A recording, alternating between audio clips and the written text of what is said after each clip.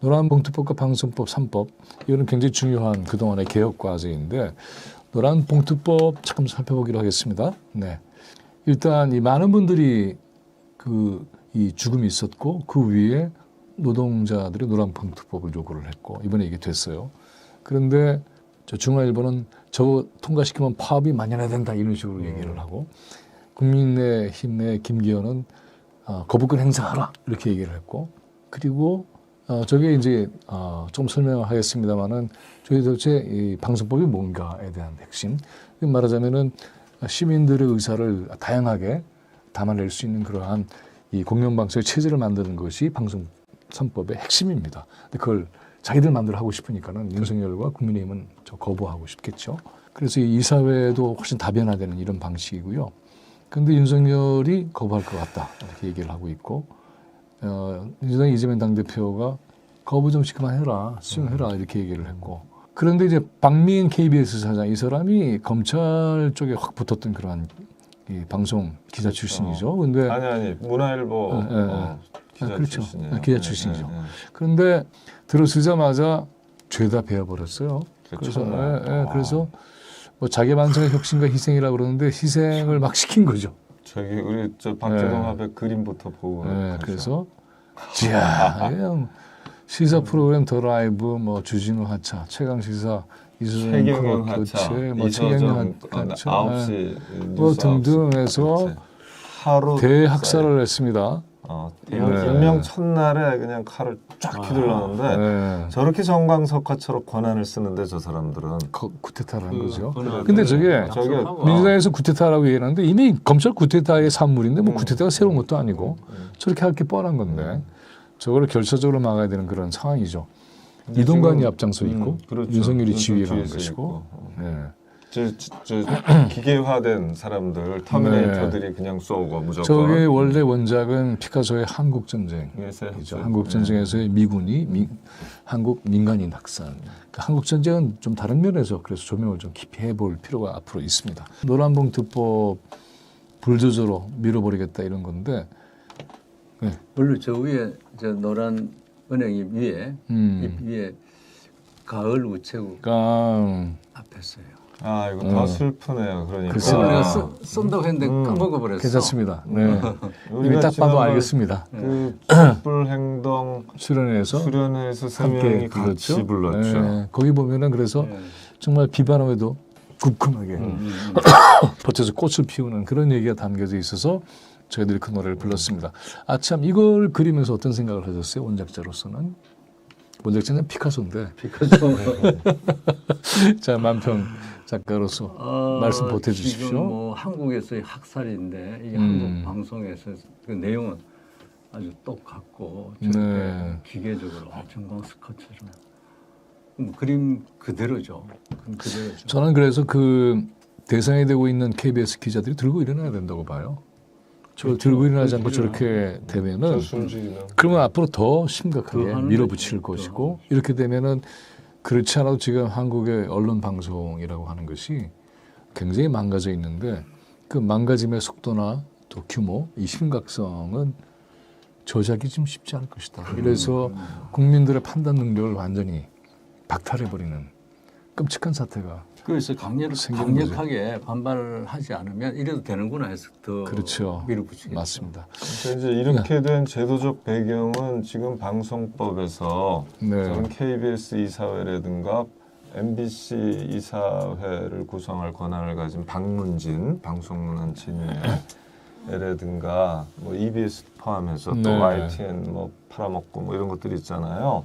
그 공영방송의 공치구조. 이른바 지배구조라고 불리는 공치구조가 잘못됐기 때문에 저런 박민 같은 사람이 아주 극우적이고 한쪽에 완전히 치우친 사람이 임명되는 거거든요. 그리고 임명되자마자 저 사람들은 뭐 권도를 그냥 막 휘두른 거고요. 이번에 고침 방송법, 윤석열이 거부권 행사하겠다고 으름장을 놓는 그 방송법은 그 위원 구성을 다채롭게 하자는 거예요. 그렇죠. 지금까지는 양당, 거대 양당이 주로 의원의 과반수를 장악하다 보니까 그리고 대통령까지 끼잖아요. 그 정쟁의 대상이 되게 쉬워진 구조인데 시민사회가 거기에 관여하는 구조로 바꾸는 거죠. 그렇죠. 네. 그러니까 이런 방송법 개정을 왜 이제서 이제 하냐는 그겁니다. 것도 사실은 문제인 거예요. 네. 솔직히 문재인 정부 당시에 5년 때 했어야지. 당연히 했어야죠. 네. 그러니까 이게 이제 우리가 너무 늦은 건데 대단히 안이했고 방송은 자기들이 충분히 다 관리할 수 있다고 생각한 착각이었죠. 그러니까 법제도가 너무 중요한 건데 중립성이 요구받는 기관이 굉장히 많아요. 네. 그게 뭐 감사원도 그럴 거고 그렇죠. 국가권익위원회, 국가인권위원회, 뭐 검찰 그리고 지금 방송 이게 다 고도의 전문성과 중립성을 요구받는 기관 아니에요. 그럼 이런 기관은 지금 방송법 스타일을 만들어야 되는 겁니다. 그러니까 그렇죠. 네. 양당과 대통령 이른바 이건 정치 권력 아니에요.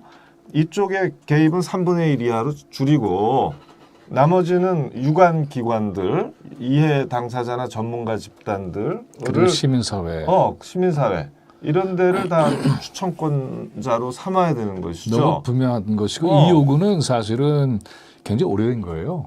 그런데 오래된 것이고 그래서 언론방송 개혁을 해라. 그래서 언론방송 개혁법을 통과시키라는 목소리는 문재인 정부 당시에도 꾸준히 있었습니다. 그런데 이거를 전혀 하지 않았던 책임이 있는 것이고 그래서 해놔도 거부권과 직면하게 되면 사실은 또 좀 망가지는 거죠. 그래서 그렇기 때문에 이건 뭐 거부권 행사 대상이 아니죠. 사실은 행사하면 안 되는 거잖아요. 안 되는 거죠. 왜냐하면 중립성을 요구받는 기관을 정치적으로 구성한 다음에 중립성을 요구하는 거는 연목부호잖아요. 그렇죠. 네. 그러니까 이제 드디어 중립적으로 이 사회 그 지배기구를 운영 지배기구를 이제 구성할 수 있게 만든 거니까 이건 잘못을 바로잡은 거예요. 그렇죠. 이것을 거부권 행사한다는 건 진짜 넌센스죠. 이거는 무책임의 극치잖아요. 탄핵, 진짜 탄핵 그런 거예요. 그 중립성도 이따 이제 우리가 민들레 시민언론 민들레 얘기할 때도 잠깐 좀 언급하겠습니다. 중립성에 대해서는 여러 가지 얘기가 있죠. 그렇죠. 당연히. 그래서 중립성이라는 개념을 좀 넘어서서 역동적 균형성 뭐 이런 것들이 좀 필요한 것 같아요. 그래서 이게 끊임없이 역동적 균형성은 변화하잖아요. 고착된 게 아니고. 그래서 이런 논의들이 서로 충돌하면서 또 격론하면서 새로운 격론을 만들어가는 그런 형태의 구조를 만들어내야 되는데 전혀 그렇지 못하고 약간만 기울어버리면 1%의 차이가 있어도 어느 한쪽이 독점해버리는 이런 구조잖아요. 그 1%의 차이가 어마어마한 차이가 돼버리거든요. 말이 안 되는 거죠. 그걸 근데 지금까지 법률로 다 보장해 왔어요. 사실은 잘못된 법이죠. 예를 들어서 국가인권위원회 그러면 이거 정권이 좌지우지하면 안 되잖아요. 그럼요. 기본이잖아. 근데 대통령이 3명하고 여당이 1.5명 하는 거거든. 그리고 대통령이 지명한 대법원장이 3명 해요. 그러면은 이게 언제나 그래서 이 구조가 7대2 뭐 9대2 이런 식으로 유지가 되어 왔거든요. 이거 잘못된 법이에요. 그러니까 기본적으로 이게 이제 앞으로 얘기하시는 정치혁명 개혁의 가장 중요한 것은 대의제라는 포장 속에 직접 민주주의 영토를 넓히는 게 굉장히 중요한 거잖아요. 직접 민주주의 영토를 제거를 했기 때문에 개헌 발의권, 탄핵 발의권도 국민한테 없어요 지금. 그러니까 이런 것들이 민주정부를 여러 차례 거쳤는데도 불구하고 해결되지 못했다는 점. 그리고 당시에 이제 민주정부의 민주정당이 최다수를 가진 이런 경우도 제대로 하지 못했다는 점은 비판하고 넘어가야 될 것이지만 아무튼 간에 그렇지만 이거를 덮어줄 수는 없는 것이죠. 이것을 거부권 행사한다는 건 이건 있을 수 없는 것이죠. 그냥 만시지탄이 있다고 우리가 얘기하는 그런 것이고. 거죠. 네, 맞습니다. 그래서 방송의 역할이라고 하는 게 기존의 이른바 전통적인 기성의 방송 매체의 위력은 과거에 비해서 상대적으로 떨어지긴 했지만 그러나 이 갖고 있는 어떤 공식성의 힘이 있기 때문에 그래서 그걸 무시할 수가 없는 거 아니에요? 그럼요. KBS에서의 방송인 대학살이 벌어지고 있는 사태는 저지시켜야 됩니다. 이건 묵과할 수 없는 그리고 거죠. 노란봉투법 얘기 좀 해보도록 하죠. 노란봉투법은 도대체 어떤 건가? 뭐 기본적으로는 이제 노동자의 파업권을 보장해 주는 거잖아요. 이제 그 출발해서 얘기를 하는 것이고. 예, 말씀하세요. 노란봉투법은 3가지가 있는데요. 3가지 내용인데 하나는 사용자 범위를 확대하는 거예요. 그렇죠. 네. 그 과거에는 노사 교섭을 할 때 바지 사장이 나온다 이거죠. 그러면 노동자 쪽에서 바지 사장 말고 실제 지배권을 가진 사람 나와라 이럴 수가 있는 거잖아요. 근데 그것이 원청과 하청 회사를 생각해 보세요. 그러면 원청 회사 사장이 하청 조건으로 하청 노동자들의 그 근로 조건을 좌지우지한단 말이에요. 네. 그럼에도 불구하고 서로 회사가 다르다는 이유로 원청 회사를 얼굴도 못 보게 한 거거든요. 분결이 났을 때는 이제 아예 관여를 못하게 그렇죠. 하는. 그래서 이 부분에 네. 대한 예외.